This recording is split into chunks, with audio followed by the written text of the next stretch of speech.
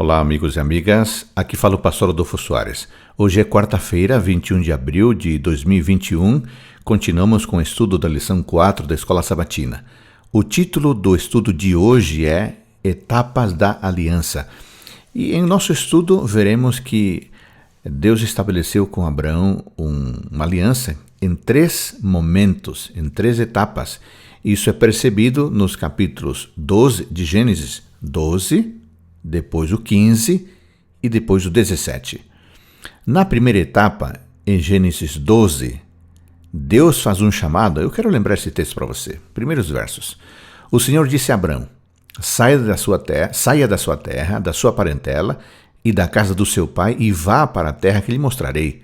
Farei de você uma grande nação e o abençoarei e engrandecerei o seu nome. Seja uma bênção. Nesta primeira etapa, Deus chama. Deus se aproxima de Abraão, Deus dá uma ordem a Abraão e então faz uma promessa. Deus se aproxima, dá uma ordem e faz uma promessa. A abordagem expressa o fato de Deus ter escolhido graciosamente Abraão para ser a primeira figura importante de sua aliança especial de graça. A ordem envolve a prova total de confiança em Deus, saindo de um lugar conhecido, indo para um lugar desconhecido. E a promessa, embora feita especificamente aos descendentes de Abraão, inclui também uma promessa a toda a humanidade. Abençoarei aqueles que o abençoarem, e em você, disse Deus, serão benditas todas as famílias da terra. Então essa primeira etapa é de chamado. Na segunda etapa, em Gênesis 15, 7 a 18, nós vemos que Deus confirma o chamado. Deus confirma o chamado. Observe nesse relato a abordagem de Deus ao homem. Ele diz: eu sou o Senhor.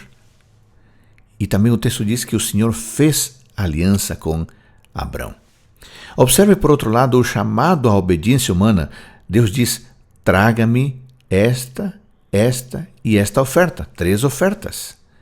E observe também, por outro lado, a promessa divina. Deus diz: à sua descendência darei esta terra. À sua descendência darei esta terra. Bom, na primeira etapa do chamado, da aliança, aliás, Deus chama. Gênesis 12. Na segunda etapa da aliança, Deus confirma o chamado. Gênesis 15, 7 a 18. E também nesse ritual solene da segunda etapa, o Senhor apareceu a Abraão e passou entre as partes de animais cuidadosamente dispostas ali. Todos os 3 animais haviam sido abatidos e divididos ao meio, e as 2 metades foram colocadas uma em frente à outra, com um espaço entre as 2. As aves foram mortas, mas não divididas ao meio.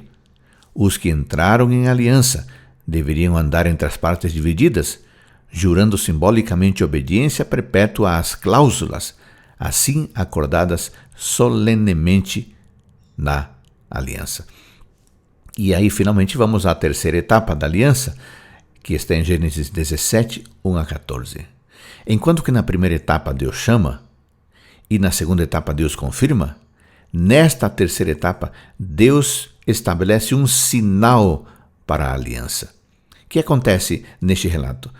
Houve circuncisão de todos os do sexo masculino. Por outro lado, a incircuncisão deveria ser haveria um decreto para os incircuncisos. Eles deveriam ser eliminados do povo. Então observe, os circuncidados seriam parte do povo e os incircuncisos seriam eliminados do povo. É desta forma que Deus chamou, confirmou o chamado e estabeleceu um sinal para os escolhidos.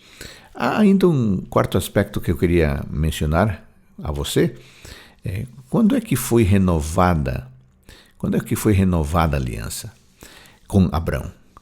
Essa aliança com Abrão foi renovada pouco antes do nascimento de Isaac. E Deus tinha um propósito de lembrar Abrão que o acordo estava valendo. E em Gênesis 18, Deus diz que Nele, em Abrão, seriam benditas todas as nações da terra. Em Abrão e em seus descendentes, claramente. Aliás, essa afirmação, nele serão benditas todas as nações da terra, foi uma afirmação de Deus com respeito ao filho da promessa. E mais tarde veio uma outra declaração. Por meio dos seus descendentes, eu abençoarei todas as nações do mundo. Gênesis capítulo 22, versículo 18, de novo falando de Isaac. Um quinto aspecto para terminar. O que os descendentes de Abrão tinham que ver com a aliança? Amigos, os filhos e netos de Abrão estavam familiarizados com os termos abrangentes da aliança de Deus.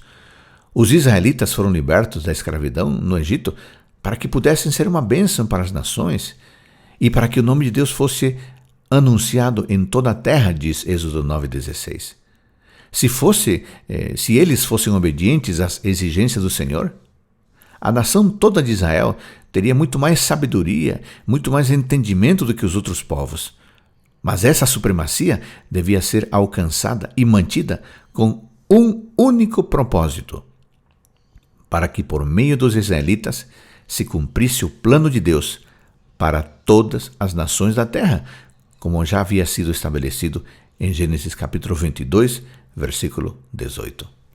O que tudo isso tem a ver com você e comigo hoje, em abril de 2021? Amigos, nós fomos chamados para sermos uma bênção para as pessoas com as quais convivemos. Que nesse dia de hoje é feriado, que nesse dia de hoje, você e eu sejamos uma bênção em casa, sejamos uma bênção para os nossos familiares e amigos. Tá bom? Pense nisso com carinho.